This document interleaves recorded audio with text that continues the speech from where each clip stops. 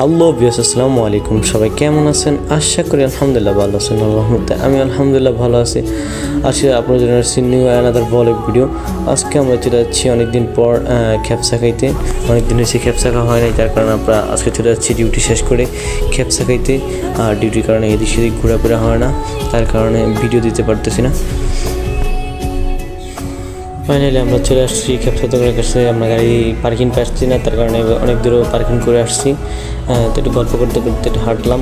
এই ফাইনালি আমরা চলে আসলাম দোকানের সামনে। এখন আমরা দোকানে ঢুকে যাব। দেখেন দোকানের ভিড়টা অনেক সুন্দর, অনেক কাস্টমার আছে।